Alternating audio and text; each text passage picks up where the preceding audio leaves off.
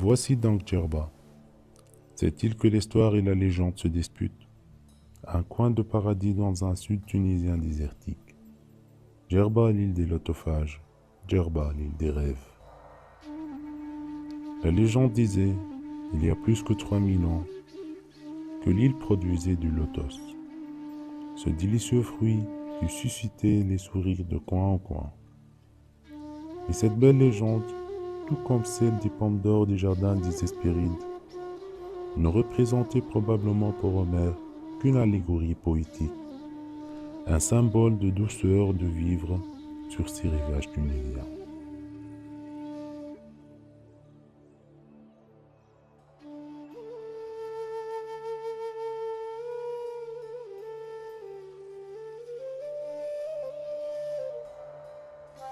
Qui donc disait que les légendes ont tort?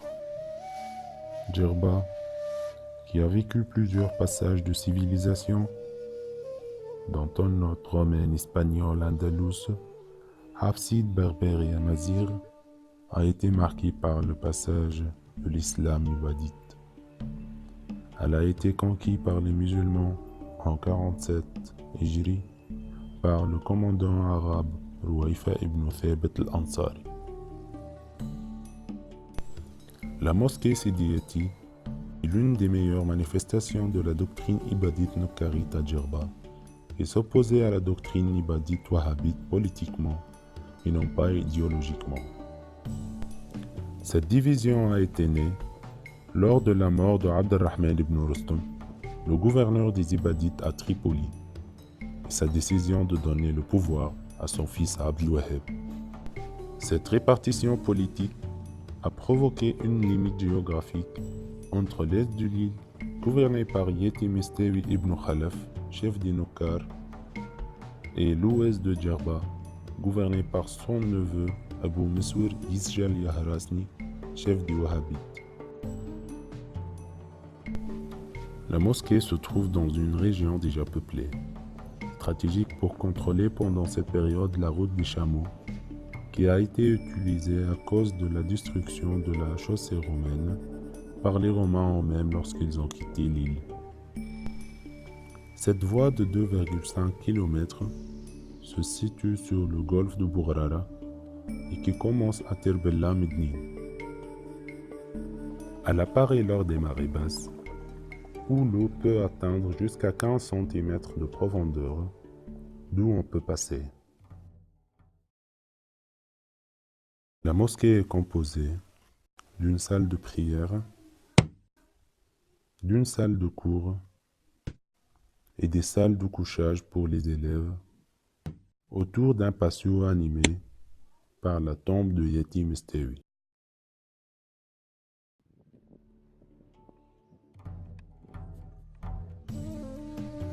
Ce patio, de 20 mètres de longueur et de 10 mètres de largeur, joue un rôle important dans la circulation et dans la distribution des flux.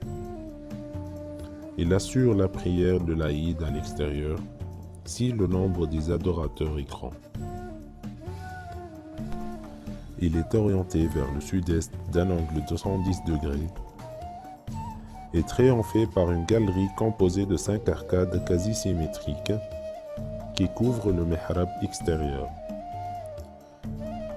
Les proportions des ouvertures sont considérées petites par rapport à nos jours à cause de la petite taille des djerbiens selon Stable René.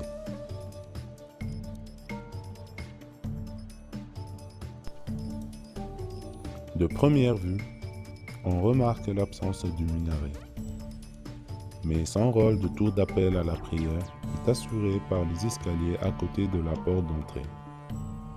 Celui de droite est l'original, il appartient aux Nokkar, contrairement aux Wahhabites qui, après le temps des conflits, ont construit un escalier à gauche de l'entrée. Comme étant l'architecture bioclimatique et vernaculaire exemplaire en Tunisie, l'architecture djerbienne donnait une grande importance à l'aération de l'espace. Voûtes et coupoles, réunies pour assurer cette fonction, sont présents dans la mosquée Sidiyati.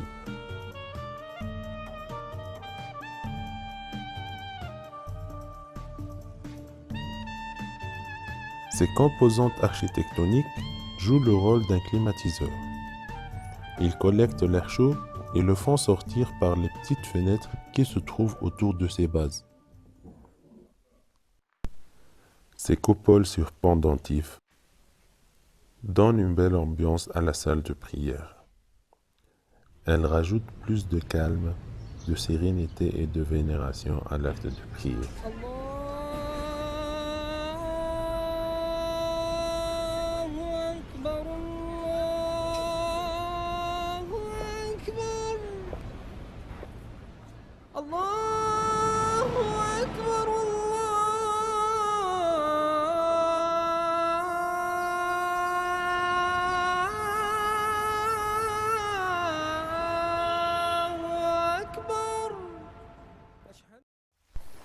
De plus, ces formes semi-circulaires et sphériques aident dans la collecte des eaux pluviales dans un territoire sec, aride, et où l'eau douce n'est pas facile à atteindre à cause de la proximité de la mosquée et de l'eau de mer.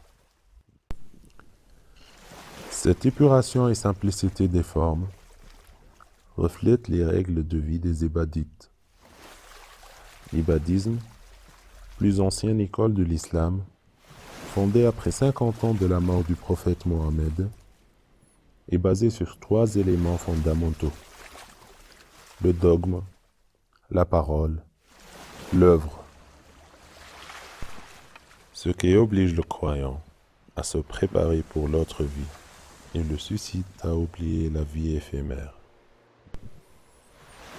En définitive, on peut dire que Yeti et sa mosquée font partie de la culture de tolérance du lit du 10 qu'on peut constater à travers l'arrêt des conflits entre les Nokar et les Wahhabites, suite à la réaction de Abu Mas'our à la lettre de la tribu de Beni Yardesh, qui disait: on a reçu des informations qui disaient que les Nokar vous posent des problèmes. Si c'est vrai, on est prêt pour vous envoyer une armée qui commence ici et qui se termine chez vous. Abu Mas'our, à la présence de son oncle Yeti, nie cette information et refuse l'offre, ce qui a entraîné la paix entre les deux parties. Tant que l'humanité existe, les différences continueront à apparaître. Il suffit de cesser de se défendre et de regarder nos ancêtres, un exemple réel d'acceptation d'autrui et de tolérance.